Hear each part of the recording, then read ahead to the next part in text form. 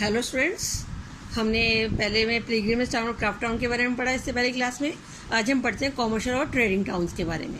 एक commercial town developed as a result of the product found in the region और because of its closeness to the ports of other major ports. जो ports के पास होते थे और major ports roots होते थे, उनके पास जो शहर होते थे वो कॉमर्शियल और ट्रेडिंग टाउन्स में तब्दील हो जाते थे।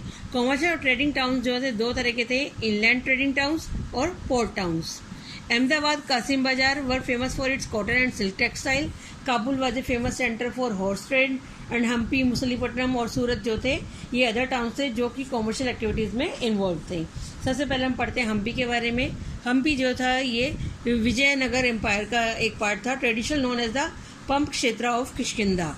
Hampi is situated on the southern bank of the river Tungabhadra. Tungabhadra नदी के साउथ के किनारे पे था।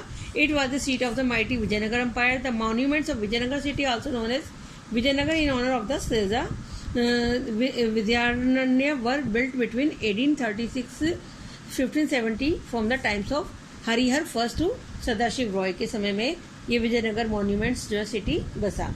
ए large number of Raya building were raised by the Krishnadeva Raya. Krishnadeva Raya ने यहाँ पर बड़ी बिल्डिंग्स बनाई जो 1509 से 30 तक ग्रेट रूलर रहे इस डायनेस्टी के। The period witness the resurgence of the Hindu religion and architecture and unrepresented scale. ये ब्यूटीफुल मंदिर बनाए गए हम्पी में, आप ये देख रहे हैं मंदिर की picture. The contemporary chronicles who come from the of countries such as Arabia, Italy, Portugal and Russia visit the empire. तो दूसरे देशों से यहाँ पर लोग आए, वो यहाँ पर रहे, उन्होंने भी यहाँ के बारे में लिखा है। Have left graphic and glowing accounts of the city. It covers an area of the nearly 26 square kilometre and is stated to be enclosed by 7 lines of fortifications. Temples of Hampi were the hub of the cultural activities. जो यहाँ के temples थे वहाँ पर cultural activities बहुत ज़्यादा होती थी। देवदासियाँ होती थी जो टेम्पल डांसर होती थी और वो मूर्तियों के सामने डांस परफॉर्म करती थी। रॉयल्टी और masses in the many pillars hold in the Virupaksha which is the form of Shiva temple. Shiva temple की फॉर्म में यहाँ पर कुछ पिलर्स में हॉल बनाए गए थे।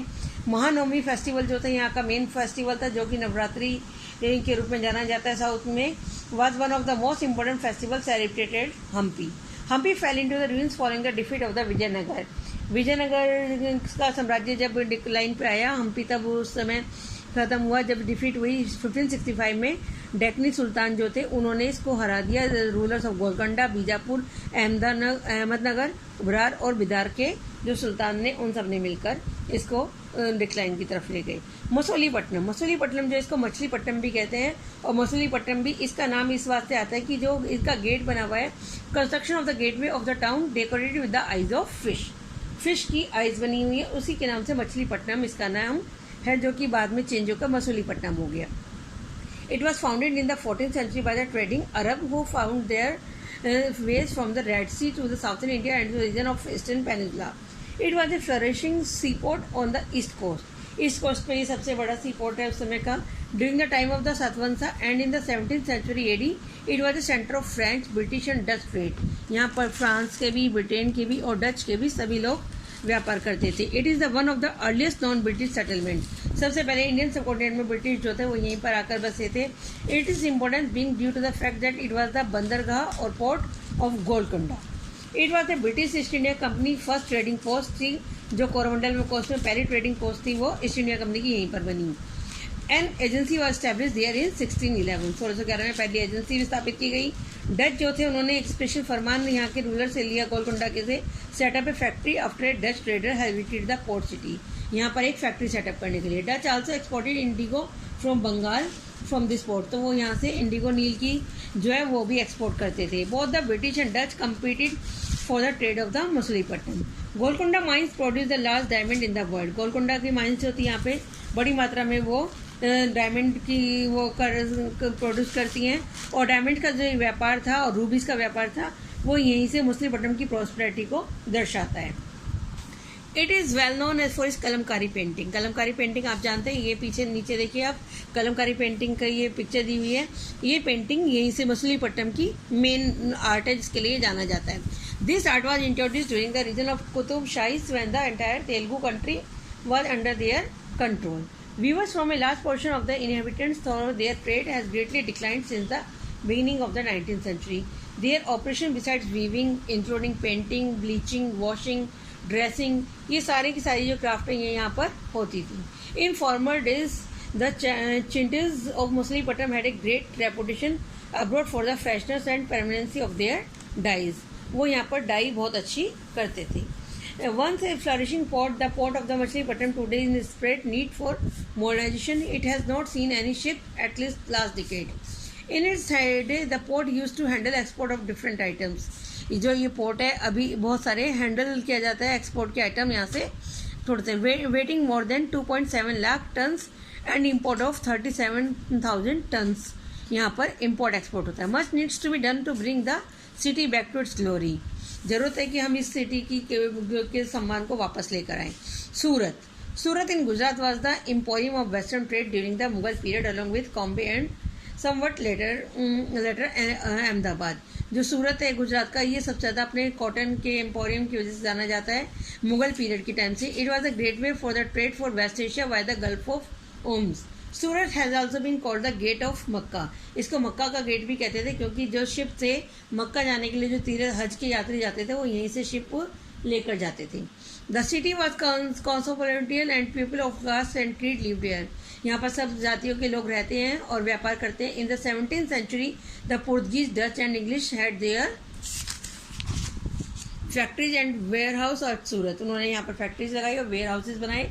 According to the English chronicles of Winterton, who wrote an account of the port in 1689, and every day 100 ships of different countries could be found. यहाँ पर लगभग 100 शिप जो है हर एक कंट्रीज के अलग अलग कंट्रीज के यहाँ पर आते थे. There were also several retail and wholesaler shop. यहाँ पर रिटेल और होलसेल दोनों के शॉपकीपर्स की वो सेलिंग होती थी. कॉटन टेक्सटाइल्स है. Textile of Surat were famous for their gold less border. जो जरी का बॉर्डर होता है जो एक्सपेंसिव साड़ीज़ पे लगाया जाता है वो बॉर्डर यहीं पर ही बनता था. And had a market in West Asia, Africa और यूरोप उसकी मार्केट थी. The state build numerous rest houses to take care of the needs of people from all over the world who come to the city. There were magnificent building and innumerable pleasure parks. The Kathiawar seth और महाजन. यहाँ पर काठियावाड़ सेठ पाए जाते हैं जिन्हें महाजन भी कहते हैं. वो मनी चेंजर्स होते थे. लोग जो पैसा कमा के लाते थे तो वो दूसरी करेंसी में होता था उनको वो एक्सचेंज करते थे. तो उनके बड़े बड़े हुक बैंकिंग हाउसेस थे सूरत में. It is noteworthy that the Surat hundis were honoured in the far off market of Cairo in Egypt, Basra in Iraq and Antwerp in Belgium. तो बड़े बड़े मार्केट से इनके रिलेशन रहे सूरत के. However Surat began to the decline towards the end of the 17th century. लेकिन 17वीं सदी के अंत में ये डिक्लाइन की तरफ चला गया. दिस वॉज द बिकॉज क्योंकि loss of the market and productive because of the decline of the Mughal empire. Mughal empire जब डिक्लाइन की तरफ चला तो यहाँ की मार्केट और प्रोडक्टिविटी भी कम हो गई.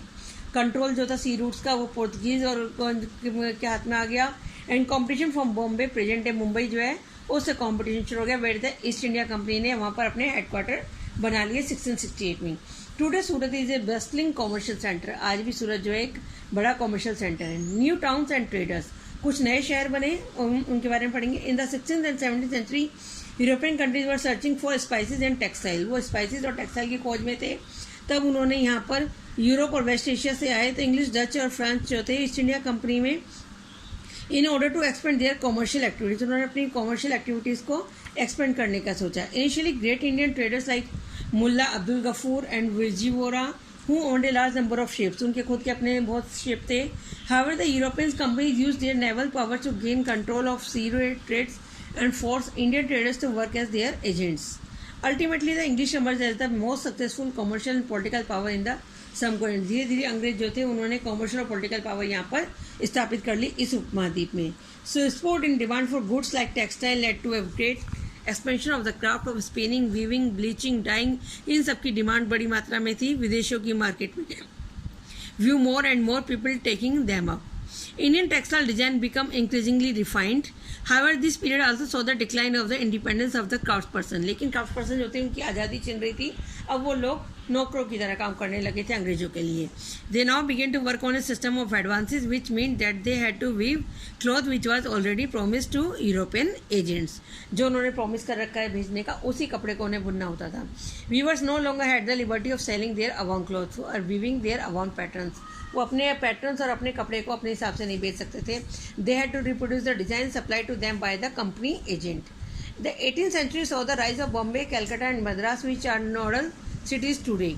18th सेंचुरी में जो थी ये बॉम्बे, कलकत्ता और मद्रास जो थे, इन शहरों का भी उदय हो गया था जो नोडल सिटीज़ कहलाते हैं. Craft and commerce underwent major changes as merchants and artisans such as weavers were moved into the black towns established by the European companies with these new cities.